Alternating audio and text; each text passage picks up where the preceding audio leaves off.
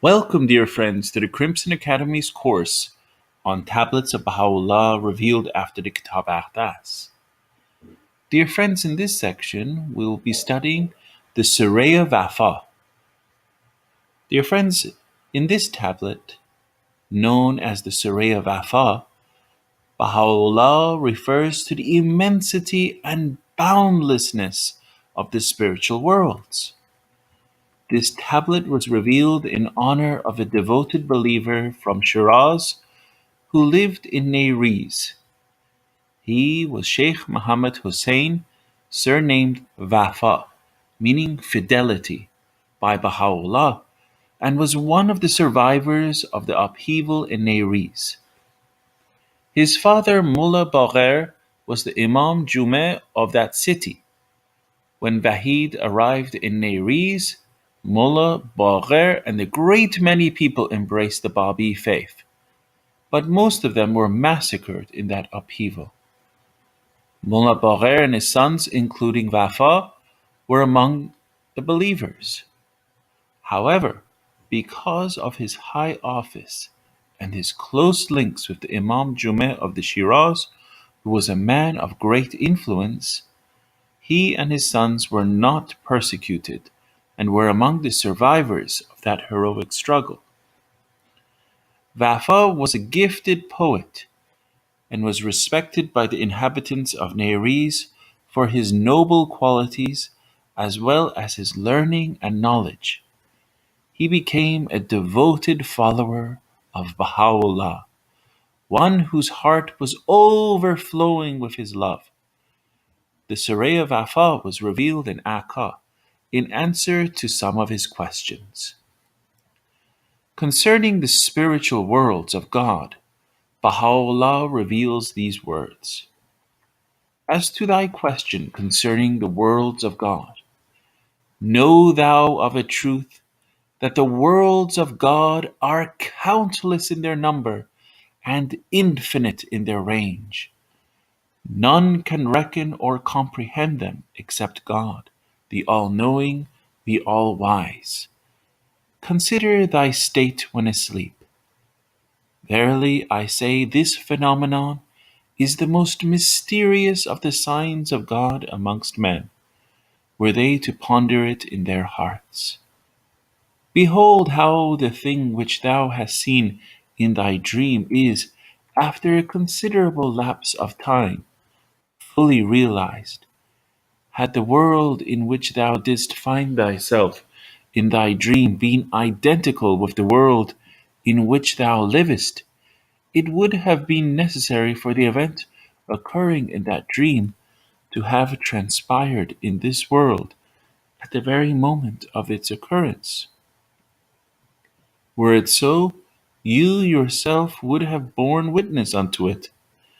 This being not the case, however, it must necessarily follow that the world in which thou livest is different and apart from that which thou hast experienced in thy dream.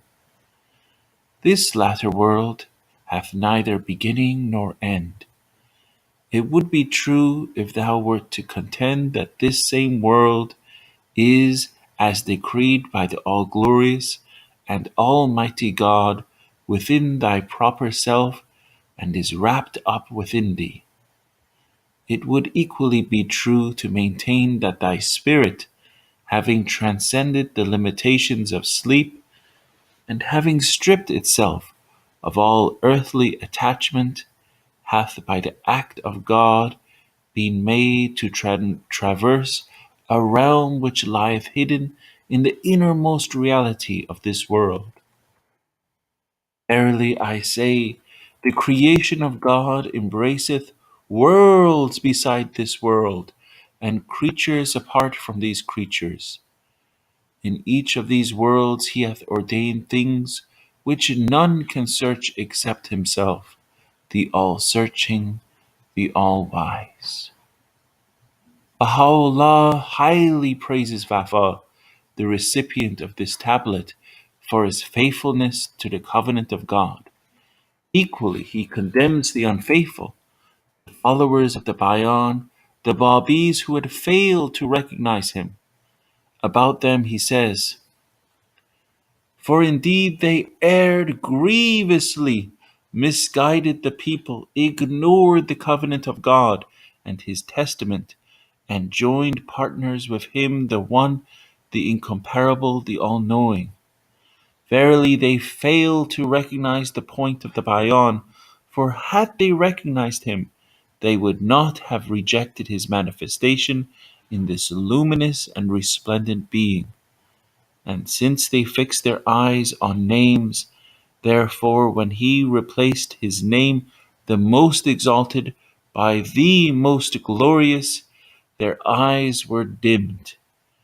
They have failed to recognize him in these days, and are reckoned with those that perish." The point of the Bayan in this passage is a reference to the Bab. His name Ali means exalted, and therefore one of his titles is the Lord, the Most Exalted. This term is used to identify the author of the Babi revelation. The word Baha means glory. It is the greatest name of God. The term the most glorious is thus distinctive of Baha'u'llah's revelation and is associated with his person. In this passage, he states that a mere change of names and attributes has caused some of the Babis to become deprived of his revelation. In another instance, in this tablet, Baha'u'llah, referring to his own person, states, "Verily, this is the primal point, arrayed in his new attire and manifested in his glorious name. Say, God is my witness. The promised one himself hath come down from heaven, seated upon the crimson cloud, with the hosts of revelation on his right, and the angels of inspiration on his left. And the decree hath been fulfilled at the behest of God, the Omnipotent, the Almighty." In this tablet, Baha'u'llah describes the meaning of return in the day of resurrection, which is the day of the appearance of the manifestation of God. It is the day that the dead will arise from their sepulchres. In the Kitáb-i-Aqdas, Baha'u'llah has explained that when a manifestation of God appears, by recognizing him, the spiritually dead becomes alive through the spirit of faith. In the Súriy Vafá, Baha'u'llah further explains, "Know thou moreover that in the day of his manifestation all things beside God shall be brought forth and placed equally, irrespective of their rank being high or low. The day of return is inscrutable unto all men, until after the divine revelation hath been fulfilled. He is in truth the one who ordaineth whatsoever he willeth, when the word of God is revealed unto all created things. Whoso then giveth ear and heedeth the call is indeed reckoned among the most distinguished souls, though he be a carrier of ashes. And he who turneth away is accounted as the lowliest of his servants, though he be a ruler amongst men and the possessor of all the books that are in the heavens and on earth." Another aspect of return described by Baha'u'llah is that God can, through his all-pervasive power and in the station of absolute authority, manifest in any soul the return of the qualities of another. He gives the example of the Bab, who pronounced Mullah Hussein the first to believe in him, to be the return of the Prophet Muhammad. These are the words of Baha'u'llah as revealed in the Súriy Vafá. "Consider thou the revelation of the point of the Bayan. Exalted is his glory. He pronounced the first one, meaning Mullah Hussein, to believe in him to be Muhammad, the messenger of God. Doth it beseem a man to dispute with him by saying that this man is from Persia, the other from Arabia, or this one was called Hussein while the other bore the name of Muhammad? Nay, I swear by God's holy being, the exalted, the most great, surely no man of intelligence and insight would ever pay attention unto limitations or names, but rather unto that with which Muhammad was invested, which was none other than the cause of God. Such a man of insight would likewise consider Hussein and the position he occupied in the cause of God, the omnipotent, the exalted, the knowing, the wise. And since the first one to believe in God in the dispensation of the Bayan was invested with command similar to that with which Muhammad, the messenger of God, was invested, therefore the Bab pronounced him to be the latter, namely his return and resurrection. This station is sanctified from every limitation or name, and naught can be seen therein but God, the One, the Peerless, the All-Knowing. The revelation of the Bab, being the harbinger of the advent of the day of God, was invested with a special distinction and endowed with enormous potentialities, similar to a seed which holds within itself the potentialities of a tree. His cause gave birth to a mightier revelation than his own. The Bab has been extolled by Baha'u'lláh as the point round whom the realities of the prophets and messengers revolve, whose rank excelleth that of all the prophets, the king of messengers, and the essence of essences. The bearer of such a revelation, who on the day of his declaration to Mullah Hussein inaugurated the Bahá'í cycle, destined to last for no less than 5,000 centuries, had among the first contingent of his followers some souls who were the return of the realities of prophets and chosen ones. For instance, the Bab bestowed upon Mullah Ali Bastami, the fourth letter of the living, the station of Imam Ali, who in the view of Shia Islam is the true successor of Muhammad. This he did when he sent Mullah Ali to deliver his newly revealed words into the hands of Sheikh Muhammad Hassan Najafi, one of the leading religious leaders in Iraq. In his message to this divine, the Bab clearly stated that the bearer of the message was the return of the reality of Imam Ali. Mullah Hussein, the first letter of the living, was acclaimed by Baha'u'lláh as one, but for him God would not have been established upon the seat of his mercy, nor ascended the throne of eternal glory. It was he who in the last year of his life attired his head with one of the Bab's green turbans, which had been sent to him by his Lord, mounted his steed at Mashhad in Khorasan, unfurled the black standard, and marched at the head of 202 of his fellow Babis towards Mazandaran, where most of them laid down their lives in the path of their beloved. On such a person, the Bab conferred the station of the Prophet of Islam. Upon Qudus, the last letter of the living, the most eminent among his disciples, the Bab conferred a far greater station than that of Mullah Hussein's. When the Bab was held in captivity in the mountains of Azerbaijan, it was to Qudus that all the believers turned with the same degree of devotion, love, and obedience as they had done it in relation to their Lord, Notable among those who did this was Mullah Hussein. He showed the same humility and subordination to Qudus as he did to the Bab himself. The recognition of the station of Qudus came to Mullah Hussein in a mysterious way, reminiscent of his memorable experience of his first meeting of the Bab some years earlier.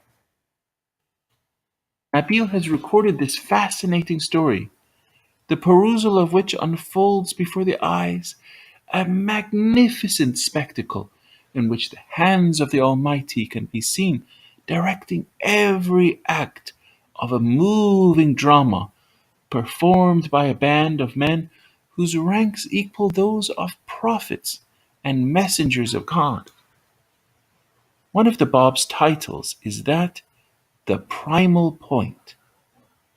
Baha'u'lláh conferred the sublime title of the last point upon Qudus, stated that he was one of the messengers charged with imposture mentioned in the Quran, and elevated him to a rank next to that of the Bab. To contemplate these issues may be perplexing to some. The mind staggers at the thought that owing to the greatness of this revelation, some of its early disciples have been given the station of the messengers of God. In the Súriy Vafá, Baha'u'lláh has clarified this point by stating that God is the one who doeth and ordaineth all things, and to no one is given the right to object. These are some of his words in that tablet. Verily, God is fully capable of causing all names to appear in one name, and all souls in one soul. Surely powerful and mighty is he. For instance, were he to take a handful of earth and declare it to be the one whom ye have been following in the past, it would undoubtedly be just and true, even as his real person, and to none is given the right to question his authority. He doeth what he willeth, and ordaineth whatsoever he pleaseth. Moreover, in this station, take thou heed not to turn thy gaze unto limitations and illusions, but rather unto that whereby the revelation itself hath been fulfilled, and be of them that are discerning. Know thou, moreover, that in the day of revelation, were he to pronounce one of the leaves to be the manifestation of all his excellent titles, unto no one is given the right to utter why or wherefore, and should one do so, he would be regarded as a disbeliever in God, and be numbered with such as have repudiated his truth. In the Súriy of Vafá, Baha'u'lláh explains the meaning of heaven and hell. Heaven is not a place, but nearness to God, and hell is remoteness from him. In this tablet he states that in this world heaven is realized through love of me and my good pleasure. He further asserts that for every act performed there shall be a recompense according to the estimate of God. Indeed, within every action is embodied its reward or punishment. For instance, punishment for an ignorant man is his ignorance, and the reward for a learned person is his knowledge. There is another subject in this tablet which concerns Mirza Yahya. Baha'u'lláh alludes to him and those who supported him when he mentions Samari and the calf. This is a reference to the verses of the Quran in which the story of Samari is told. According to the Quran, he was the one who made the golden calf for the children of Israel to worship during the absence of Moses. There is a passage in the Surah of Vafá which may be regarded as one of the most edifying counsels which the pen of the Most High has revealed. Dear friends, it is an exhortation to the believers, which, if carried out, can lead to greater understanding of the verities enshrined in the cause of God. O servant, warn thou the servants of God not to reject that which they do not comprehend. Say, implore God to open your hearts the portals of true understanding, that ye may be apprised of that which no one is apprised. Verily, he is the giver, the forgiving, the compassionate. When a person recognizes Baha'u'lláh as the manifestation of God for this age and embraces his faith, he knows that the words revealed by him are the words of God. All the teachings, laws, and ordinances are therefore based on the truth of God's revelation. The knowledge which is derived from his words is the standard against which all human understanding and knowledge must be weighed. In the Kitáb-i-Aqdas, Baha'u'lláh thus admonishes the leaders of religion.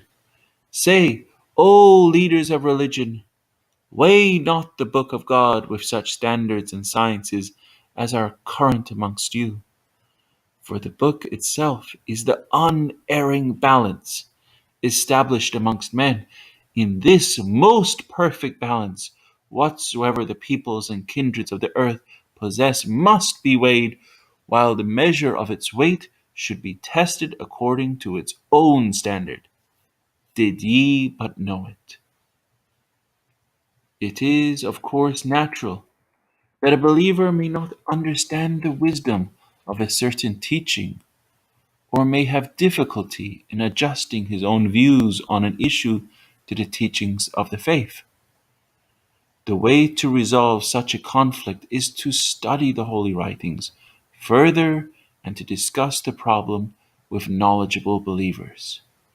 But if every approach fails and the person does not succeed in reconciling his views with the teachings of the faith, the only sure way to bring about confirmation to his soul is to carry out Baha'u'llah's exhortation in this passage from the Súriy of Vafá. According to this, two steps must be taken. First, not to reject those teachings which the individual cannot comprehend. This can be done through having faith in the truth of the Word of God and becoming humble before Him. Indeed, the believer becomes filled with heavenly strength when he can acknowledge in his heart that man is a fallible being, whereas the teachings of God are based on truth. To insist that one is right in his views and opinions is to erect a barrier between himself and God.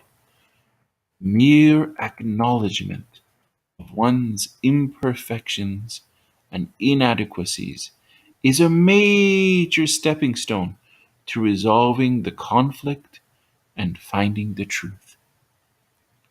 The second step is to pray ardently that God may open to one's heart the portals of true understanding.